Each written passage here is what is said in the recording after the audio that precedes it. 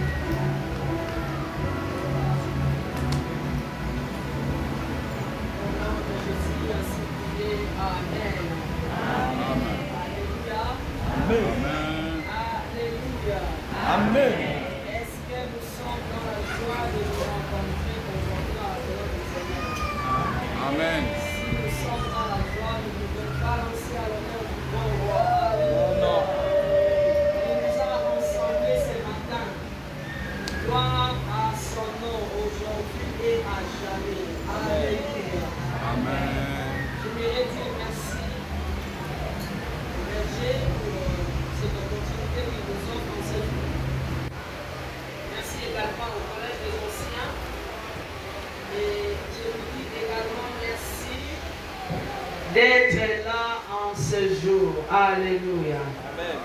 Je suis convaincu que le Seigneur nous parlera et nous fera du bien dans sa présence. Si tu le crois encore, souhaite à celui qui est à tes côtés, bienvenue dans la présence du Seigneur. Amen, amen. Moi je suis dans la joie de me tenir au devant de vous en ce jour pour parler de la part du Seigneur. Amen. Alors ce matin, j'ai un thème à nous proposer. Le thème qui est intitulé « Je suis un instrument dans les mains de Dieu ». Je suis un instrument dans les mains de Dieu. Vous êtes un instrument dans les mains de Dieu. Nous sommes l'instrument dans les mains de Dieu. Nous sommes un instrument dans les mains de Dieu. Alléluia. Bien-aimé, le Seigneur nous veut, nous attend et fait de nous les instruments entre ses mains. Nous sommes les instruments entre ses mains. C'est lui qui nous détient entre ses mains. Et c'est lui qui nous fait du bien, c'est lui qui nous propulse vers de l'avant. Et pour bénéficier de ces choses, bien-aimés dans le Seigneur, nous devons apprendre à compter sur le Seigneur. Nous devons compter sur lui, s'appuyer sur lui, rester dynamique dans sa présence. Et cela amène une vie de gloire et une vie efficace dans sa présence. Nous devons compter et compter toujours en l'Éternel, puisque celui qui nous appelle les instruments entre ses mains. On va nous balancer Jean chapitre 15. Nous lirons le verset 16 ensemble. Jean chapitre 15, le verset 16.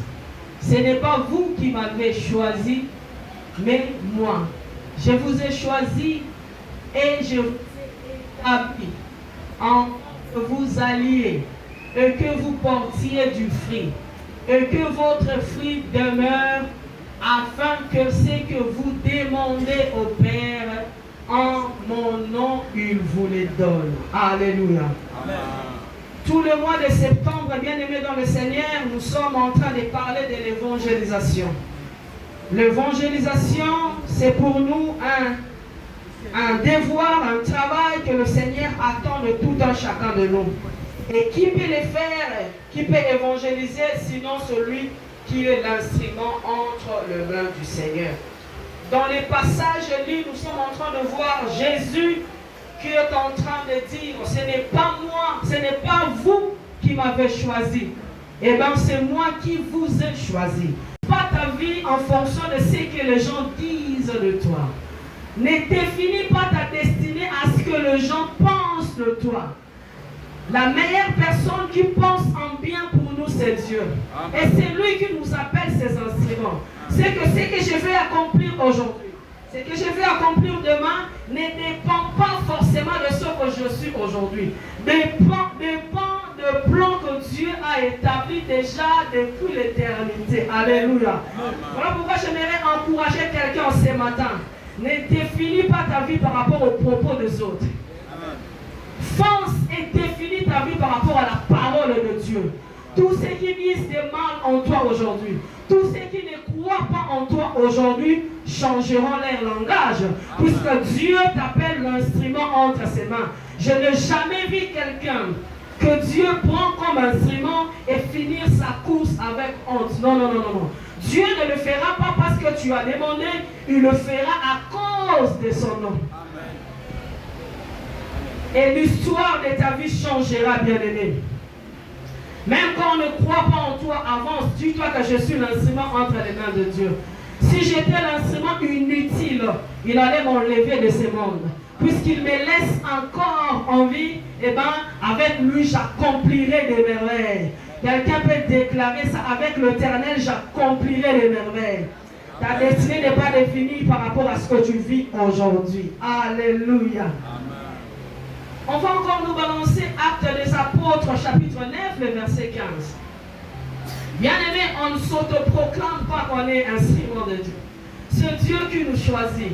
C'est lui qui nous établit. C'est lui qui nous capacite. Celui qui nous appelle et celui qui travaille au-dedans de nous. Ce qu'il nous demande, c'est notre disponibilité.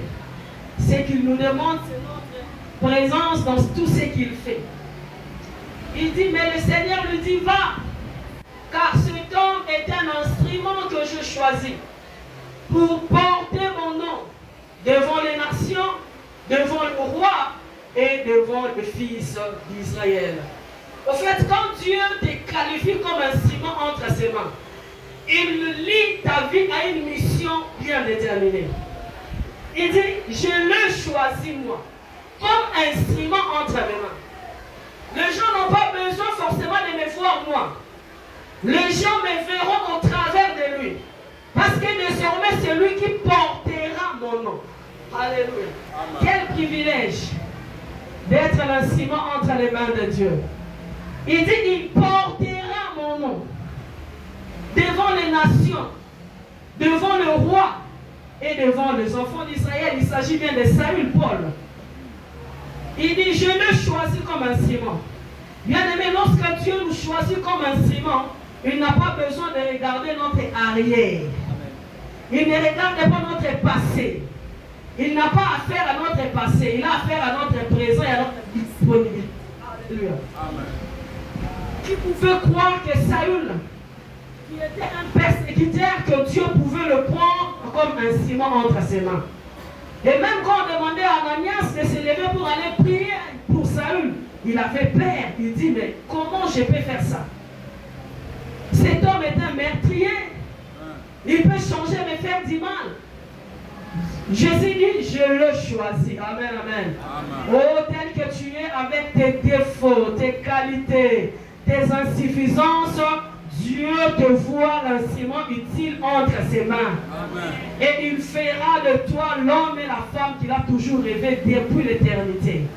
Rien ne changera les pensées de Dieu sur ta vie. Ni même ton passé ne changera pas. Le vouloir de Dieu sur ta vie. Dieu n'a pas forcément besoin des instruments parfaits ou parfaites. Non. Alléluia. Il nous appelle tels que nous sommes. Il a besoin de nous tels que nous sommes. Même quand on ne sait pas parler, il se sert toujours de nous. Moïse, je te donne la mission d'aller faire sortir mon peuple en Égypte. Puisqu'il est en pleine souffrance, Moïse dit, je ne sais pas parler, je bégaye. Comment voulez-vous que j'aille délibérer les enfants d'Israël? Je ne saurais pas. Il dit, c'est toi que j'ai choisi. À côté de toi, je vais joindre quelqu'un. Amen, amen. Dieu te choisit toi comme instrument. Ne donne pas de raison, tu ne sais pas parler. Moïse aussi ne savait pas parler. Mais il a accompli la mission de Dieu parfaitement. Je prie que le Seigneur, qui t'appelle comme instrument entre ses mains, te capacite et t'amène à accomplir ta mission parfaitement sur la terre. Amen. Que le monde veille ou pas, tu l'accompliras. Parce que c'est Dieu qui t'a établi. C'est Dieu qui t'a choisi. Et c'est Dieu qui te capacite. Amen, amen. Amen. Qui peut s'opposer à la force ou à la main de Dieu? Personne. Même s'il a 10 médailles dans la sorcellerie, dans les maïkaris, dans les sciences occultes, personne n'arrêtera l'action de Dieu sur ta vie. Amen. Puisque l'Éternel t'a choisi. L'Éternel fait de toi l'instrument pour sa gloire. Et cet instrument-là, ce n'est pas n'importe quel instrument. L'instrument qui porte le nom de l'Éternel. C'est-à-dire quand on te voit, on voit l'Éternel en présence. Alléluia. Amen. Alléluia. Amen. On te voit, on voit l'Éternel en toi. Porter le nom de Dieu, cela veut dire propager le nom de l'Éternel. Évangéliser, parler de la part du Seigneur. Il dit, cet homme portera mon nom. Où c'est? Dans les nations. Cela n'est pas vrai. Paul n'a pas porté le nom de l'Éternel dans plusieurs nations. Et s'il n'a pas menti à Paul, il ne te mentira pas non plus. Cette parole ce matin est pour toi. Amen. Dieu te choisit comme instrument pour sa gloire. Rien n'arrêtera l'action de Dieu sur toi. Tu porteras le nom de l'Éternel dans les nations, dans les tribus, partout où tu iras. La gloire de Dieu se fera éclater par toi, puisque tu es l'instrument utile entre ses mains. Quel privilège d'avoir un Dieu puissant qui agit au-delà de nos attentes, au-delà des langages des hommes, au-delà de ce que les gens pensent de vous. Amen, amen. Oh bien-aimé, à la sortie de ces cultes, dis-toi, je m'en fous de tout ce que les gens disent de moi. Tout ce que je sais, je retiens fort, c'est que je suis l'instrument entre les mains de Dieu. Pour porter son nom. Alléluia. Même la maladie ne t'empêchera pas de porter le nom de Dieu dans les nations. Tes échecs ne t'empêchera pas de porter le nom de Dieu dans les nations. Ce que tu vis aujourd'hui ne t'empêchera pas. Puisque c'est Dieu qui t'a choisi. Et puisque c'est lui qui t'a choisi, il va balayer les chemins par lesquels tu passeras. Alléluia. Tu feras moins des efforts et la gloire de Dieu sera éclatée. Parce qu'il attend que les nations puissent entendre le son de son nom au travers de ta vie. Oh, dis avec moi, je suis utile. Dis-le encore, je suis utile. Qui est cet homme que Dieu mandate pour porter son nom dans les nations? Bien-aimé, nous servons un Dieu responsable. C'est-à-dire, lorsqu'il te choisit pour porter son nom, il y a des choses qui vont commencer à se faire. Tu ne vas peut-être pas t'attendre à ça. Lui-même s'organisera pour t'amener dans les nations, pour t'amener partout, afin de propager le nom de Dieu. Voilà pourquoi n'aie pas peur pour évangéliser, parler de la part de Dieu.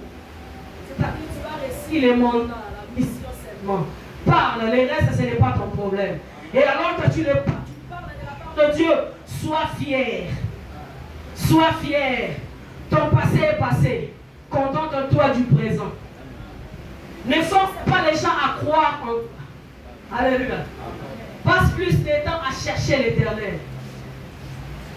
Les visages et les bouches qui ne croient pas en toi changeront à force de ce que l'Éternel accomplira avec toi. Puisque tu es l'instrument utile. Dieu n'appelle pas pour abandonner au chemin quelqu'un qui l'a appelé, non. Tu finiras à atteindre ta course. Alléluia. Il dit, je choisis cet homme pour qu'il soit l'instrument entre mes mains. Et alors qu'on parle de l'instrument entre les mains de Dieu, c'est que vous êtes encore le vase, une vase d'honneur entre les mains de Dieu. Alléluia. Il investit en vous, il travaille en vous, il vous capacite et il vous donne d'être une vase d'honneur. Et en vous, vous allez contenir des choses précieuses où vous allez partager avec tout le monde. Oh, que Dieu nous amène à être vraiment les instruments utiles entre ses mains. Les choses changent parce qu'il nous a établis. Quand Dieu t'appelle comme instrument, il façonne ta vie, ton caractère, ton comportement. Il va changer cela. Ne donne pas l'impression de vouloir changer les choses pour plaire aux autres, non. C'est lui qui t'a appelé prendra soin des détails, des moindres détails. Vous allez remarquer avec moi, il n'est pas allé chercher des hommes qui se disaient je suis parfaite, je suis parfait, non. Il se sert de Paul. Il quitte là, il va encore chercher Moïse. Un homme qui a tué, nous avons lu ça, nous savons.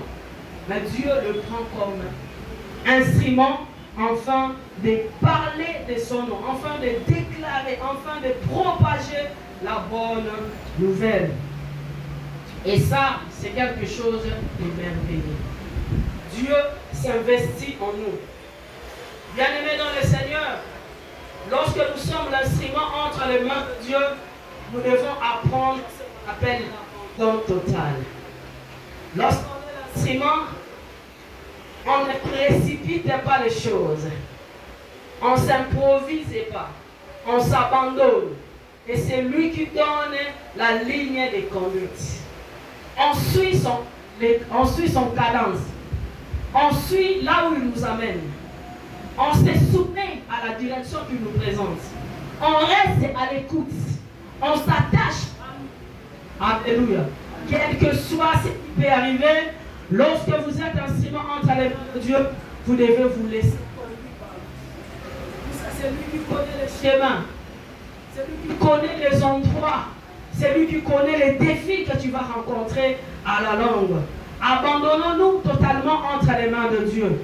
Et nous allons bénéficier de ces choses. Il dit, il portera mon nom devant les nations. Nous parlons de la part de Dieu. Nous évangélisons ces derniers temps. C'est ce qu'on appelle porter le nom de l'Éternel. L'évangélisation n'a pas plusieurs contenus, si ce n'est de démontrer l'amour de Jésus à tous ceux qui nous écoutent. Les montrer comment Dieu a voulu envoyer son unique Fils pour venir nous chercher sur la terre. Et l'amour de Dieu est si grand. Est-ce que vous pouvez vous aligner à l'amour de Dieu? Alléluia. Apporter, ou soit proclamer son nom dans les nations, c'est dire exactement ce qu'il a accompli pour l'humanité. Bien aimé, nous allons encore lire le livre de Luc, chapitre 2, du verset 36 au verset 38. Dieu, alors qu'il nous appelle, il nous prend comme des instruments, il ne tient pas compte de notre âge, de notre passé, de notre vie, de notre vie. Il nous appelle, enfants comme jeunes, Papa comme maman. Il nous appelle comme ça. Et il nous déclare les enseignements entre ses mains. Lis au chapitre 2, le verset 36 au verset 38. Il y avait aussi une prophétesse, Anne, fille de Pénuel, de la tribu d'Azer. Elle était fort avancée en âge. Et elle avait vécu 7 ans avec son mari depuis sa virginité. Restée veuve et âgée de 84 ans, elle ne quitta pas le temple et elle servait Dieu nuit et jour dans le jeûne. Elle louait Dieu et elle parlait de Jésus à tous ceux qui attendaient la délivrance de Jérusalem. 38. Amen, amen. Le verset 38, je ne vais pas encore répondre à ça.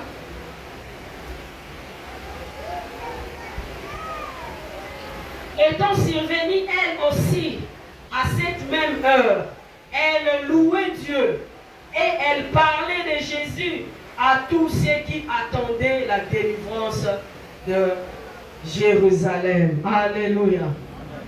Dans les passages bibliques, nous sommes en train de voir une dame vécu avec son homme que 7 ans de mariage. Et dans leur union, il n'a pas eu d'enfant. Les commentateurs n'ont pas beaucoup parlé sur son homme.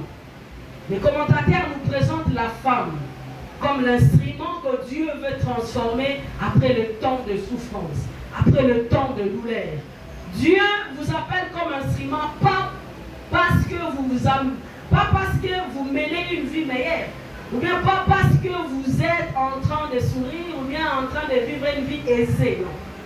Il se sert aussi de tragédie pour donner la vision, donner la mission et vous capaciter. On dit cette femme n'a vécu avec son mari que 7 ans de mariage. Et après 7 ans de mariage, son mari est mort. Quelle souffrance, quelle désolation, quelle humiliation. Si c'était au Congo, les gens diraient, ma pensée yoga, après 7 ans. Alléluia. Elle était dans le deuil, puisqu'elle a perdu un être cher. Au milieu des pleurs, au milieu des lamentations, les gens sont venus lui rendre visite pendant le deuil. Après le deuil, chacun devait rentrer chez lui. Elle ne devait rester qu'elle-même. Comment vivre seule alors que tout le monde est rentré après le deuil? Comment se relever? Comment s'y remonter? Comment faire encore sortir la tête? Comment se qualifier? J'aime la direction que cette femme a prise. Elle prend la direction d'aller au temple pour servir l'Éternel. Amen, amen. Elle a trouvé refuge auprès de l'Éternel. Bien aimé, voilà pourquoi la Bible dit le secours de l'homme n'est que vanité. Ils vont venir pleurer avec toi. Après le deuil, chacun rentrera chez lui. Et si tu n'as pas pris une bonne décision, tu resteras dans le deuil. Mais elle s'est dit, je suis quand même la fille de Pénuel. Il est hors de question que je reste dans le deuil. Je dois m'élever et aller trouver un abri. Elle trouve l'abri dans le temple de l'Éternel. Amen, amen. Est-ce que Dieu aussi peut prendre les femmes veuves, faire d'elles des instruments pour sa gloire? Oui. Alléluia. Dieu aussi peut prendre les hommes, faire d'elles des instruments pour sa gloire? Oui. Dieu prendra aussi des jeunes, des enfants, et faire d'elles des instruments pour sa gloire? Je dirais oui. Alléluia. Il fait de nous les instruments pour sa gloire au-delà de ce que nous avons vécu. Elle n'a pas attendu que son deuil termine. Elle a pris une direction d'aller trouver la consolation auprès de l'Éternel. La Bible dit, elle ne quitta pas les temples. Pour lui, le temple était un lieu sûr, un lieu de refuge. Un lieu où il pouvait trouver tout. Mais alors qu'elle se trouvait dans le temple bien-aimé, elle faisait trois choses très importantes que nous devons retenir. C'est que elle gênait, elle priait et elle parlait de ceux qui attendaient le secours d'Israël. Amen, amen. Vous pouvez venir au temple, vous pouvez venir au culte, mais ne pas bâtir une vie de prière équilibrée. Vous savez, il y a des gens qui prient alors que nous sommes dimanche ou vendredi. Mais dans leur propre maison, il n'y a pas d'autel de prière. Ils n'ont pas bâti d'autel. Amen, amen. Amen. Alléluia. Amen. Désolé si j'étais choqué, mais c'est la vérité. Ne venons pas donner l'impression que nous prions beaucoup en langue alors que nous sommes ensemble. Non. Cette vie de prière ensemble doit aussi être la vie de prière dans nos maisons, dans nos coulisses. Anne priait. Lorsqu'on dit elle priait. Elle arrivait à faire toutes sortes de prières. Pourvu qu'elle soit en communion avec l'Éternel. Pourvu que son âme trouve consolation auprès de l'Éternel. Alors que tu subis des pertes, alors que tout est dans l'impression de s'écrouler autour de toi, quelle est la direction que tu prends? Aller chercher les petits chiens ou bien rentrer au pied de Jésus pour trouver consolation? Depuis que tu as perdu la chose que tu as perdue, quelle est la direction de ta vie? Quelle direction as-tu pris? De rester dans le temple comme Anne ou de chercher des consolations, des courtes consolations? Oh frères et sœurs, peu importe ce que tu vas perdre dans la vie, trouve la consolation en la personne de Jésus. Amen. Trouve la consolation dans la présence du Seigneur.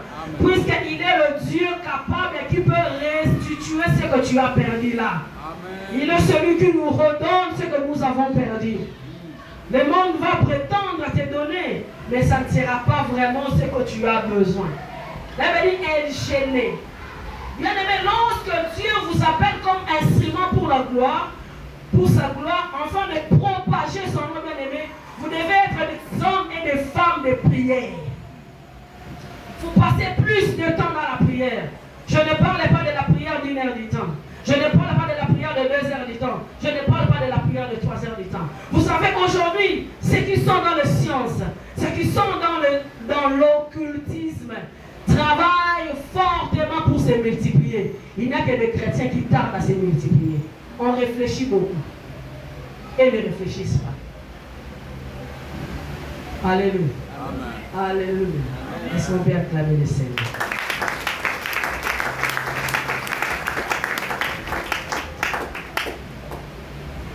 Instrument utile entre les mains de Dieu pour proclamer son nom dans les nations bien-aimées, vous devez associer votre mission à la prière.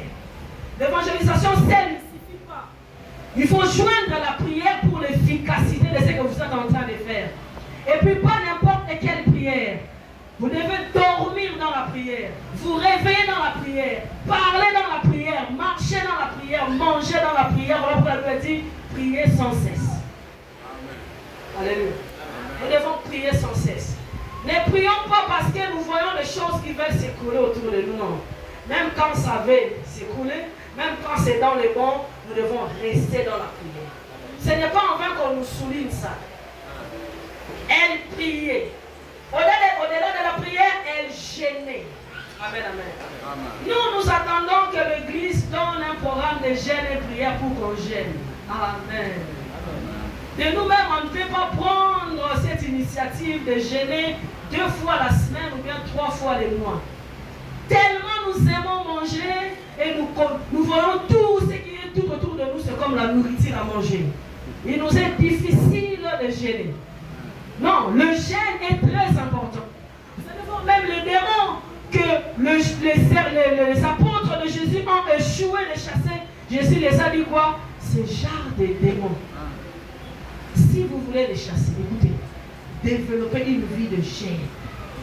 C'est alors que ces démons sortiront du corps. Passe 8 heures du temps dans la présence de Dieu. Associe à ta prière le jeûne. Jeûne à midi. Jeûne le soir. Jeûne quand tu paies. C'est très important. Et cela te rendra l'instrument très utile entre les mains de Dieu. Puisque Dieu t'a déjà tout donné. Vous avez votre part aussi pour la réussite de cette mission. La Bible dit, elle jeûnait. Au lieu de jeûner, elle parlait de Jésus à tous ceux qui attendaient la rédemption à Jérusalem. Elle parlait. C'est possible que les femmes parlent aussi de la part de Jésus? Oui. Est-ce que les cœurs seront aussi tournés vers lui? Oui. Pourquoi ces hommes seront tournés vers lui? Parce que ces femmes qui parlent de la part de Jésus ne sont que les instruments entre ses mains. Dans ses mains. Amen, amen. En fait, c'est le Saint-Esprit qui fait son œuvre. Au travers de ces femmes, au travers de ces hommes. Bien-aimés dans le Seigneur, acceptons de nous lever comme une armée puissante. Acceptons de nous lever comme un peuple équilibré. Pour proclamer au monde le merveille de Dieu. Nous venons de chanter, le monde attend de nous ainsi. Et la Bible dit, le monde attend avec un ardent désir la révélation de Fils de Dieu. Si nous sommes fils, si nous sommes filles, levons-nous, proclamons la bonne nouvelle du salut, car nous sommes les instruments entre les mains de Dieu. Amen. Je proclame la bonne nouvelle, même quand je n'ai rien. Je proclame la bonne nouvelle, même quand mon environnement n'est pas favorable. Je proclame la bonne nouvelle, même quand il pleut. Je proclame la bonne nouvelle, même quand les gens ne croient pas, ne voient pas ce que je fais. Je n'ai pas besoin que vous voyez ce que je fais. Ce que je fais, c'est que je le fais pour rendre gloire à celui qui me donne le titre d'être son instrument. Amen, amen. Amen. Je le fais pour lui. Je ne le fais pas pour les gens. Et si je sais que je le fais pour lui, je le ferai avec mon cœur. Je vais associer la prière. Je vais associer le jeûne. Je vais associer la propagation. Vous savez, il y a des gens qui ont par moment peur que ceux qui travaillent avec sachent qu'ils sont chrétiens à cause de leur comportement au travail. Nous avons fait des hommes que Dieu lui-même a donnés comme instrument, leur vie, leur passé. Amen, amen. Amen. C'est que Dieu ne peut pas empêcher la propagation de la bonne nouvelle de Jésus. Peut-être en proclamant, en parlant, le Seigneur peut laver encore ton être. Alléluia. Que ton comportement ne soit pas un frein pour propager la bonne nouvelle. Anne, 6 ans avant, elle vivait une vie meilleure. Après la 7e année, la 8e année, les choses ont commencé à changer. Mais elle est allée trouver du secours dans la présence du Seigneur. Elle s'est fait une femme de valeur. Aujourd'hui, nous parlons même d'elle dans nos prédications. Il y a même des écrivains qui ont écrit le livre sur la prophétesse Anne. Et l'onction qui accompagnait son ministère. Cette onction découle de la vie de prière et de jeûne. Lisez le livre de l'onction de Anne, vous verrez comment Dieu a travaillé avec cette femme qui propageait, qui parlait de la part du Seigneur tout en étant veuve. Que vous soyez veuve, que vous soyez veuf, que vous soyez orphelin, que vous ayez des parents, Dieu nous appelle comme des instruments entre ses mains. Nous devons propager la bonne nouvelle du royaume. Amen, amen. Amen. Que vous soyez ministre ou pas, bonne nouvelle du royaume en Christ, bien-aimés dans le Seigneur.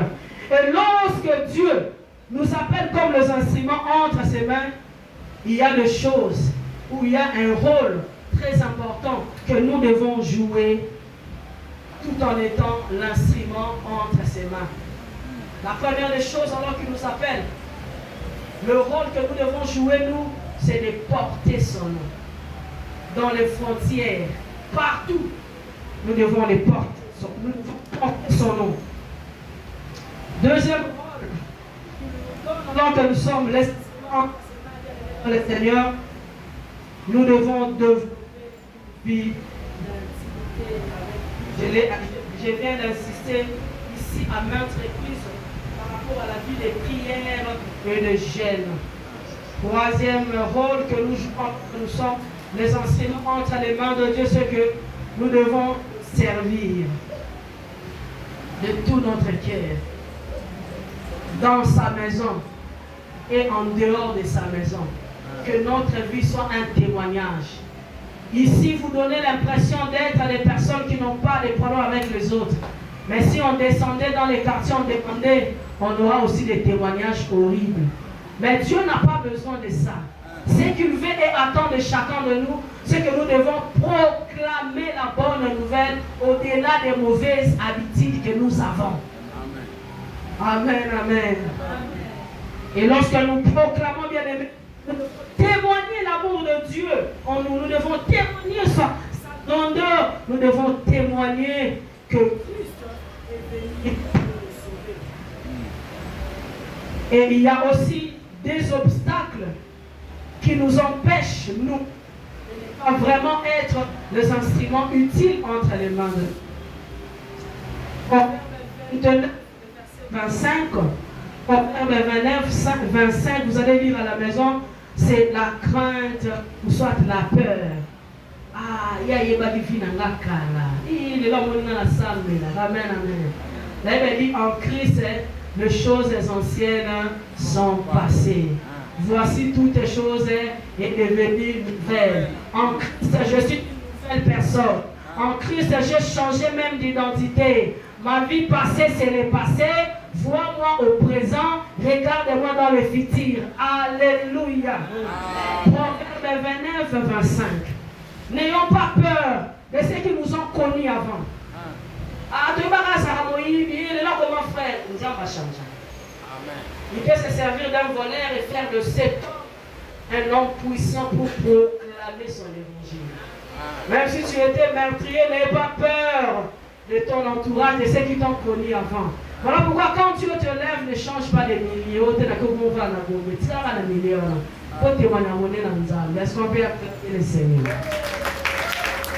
Deuxième élément qui nous met, qui fait l'obstacle pour que nous ne soyons pas vraiment les instruments utiles entre les mains de Dieu, nous allons les lire dans Apocalypse chapitre 2, verset 4.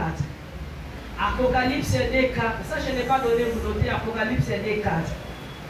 L'abandon de notre premier amour. Lorsqu'il nous avait appelés. Les choses qui bouillonnaient au-dedans de nous.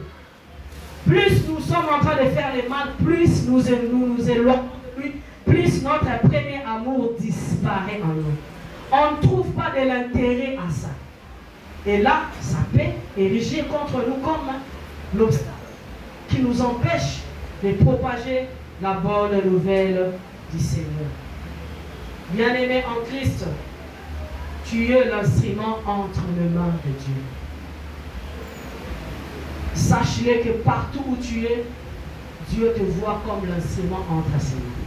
Amen. Tes actions, tes réactions, ta façon de faire doit être conduite et contrôlée, refléter l'image de Dieu que tu sers. Et étant instrument entre les mains de Dieu, nous devons bâtir une vie de prière équilibrée. Que la vie de prière et de jeûne soit notre mode de vie, de chaque jour. Que quand les gens nous côtoient, quand les gens nous voient, quand les gens nous fréquentent, sentent l'odeur de prière et de jeûne par nous. Et c'est là que nous allons dépeupler l'enfer pour peupler le royaume des cieux.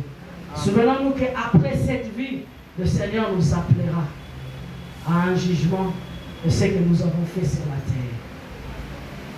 C'est un temps de vie sur terre, incapable de propager la bonne nouvelle pour amener 5 âmes auprès de Dieu. Quelle perte! Et si tu te ces serviteurs-là, il a caché les talents que le maître avait donnés pour dire, je sais que tu es un homme méchant, je les ai gardés. Il te dira qu'il fallait donner à ceux qui devais l'utiliser pour me donner même avec intérêt. Comment tu les as gardés? Tu t'as demandé de les garder. Bien-aimés frères et sœurs, nous voulons être une armée puissante, équilibrée dans la prière. Que la vie des prières nous accompagne dans nos maisons, dans nos travails, dans la vie de chaque jour. La vie des jeunes nous accompagne dans nos prières, dans nos travails. La vie de la proclamation nous accompagne dans nos prières, dans nos jeûnes. Partout où nous passerons, dans nos milieux de travail, dans nos familles, partout. Que les gens sentent que nous nous sommes levés comme instruments utiles pour servir au dessein de Dieu. J'aimerais que nous puissions prier.